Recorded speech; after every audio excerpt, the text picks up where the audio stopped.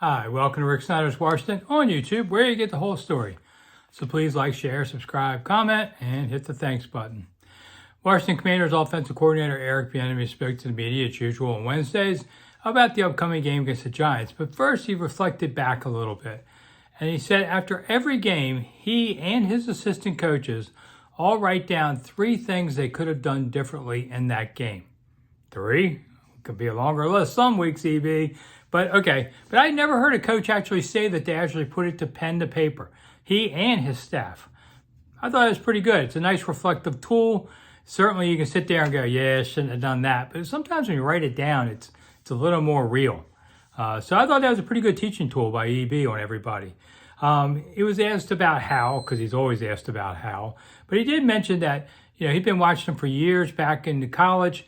And he said in Kansas City, his offensive line coach was Andy Heck. You remember Andy Heck, the offensive lineman, came through Washington for a year. I liked Andy Heck. He was a good guy. And he has sons playing in Carolina, so he would know what Sam was up to. Other people did. He got a lot of positive input on Sam, so he knew he had something to work with there. What would they do different? Well, just looking at the upcoming match, everybody's got to change things differently.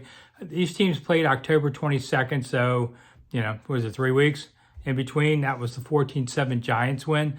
Was that a bad game for the offense? That was the worst game for EB here so far. But I was just looking at the other side of the ball real quick. Barkley had 77 yards on 21 carries.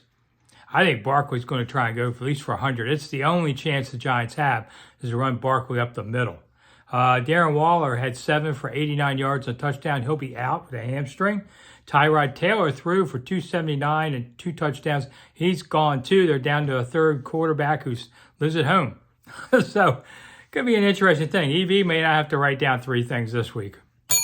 I'm Rick Snider. Thanks for coming. I'll see you soon.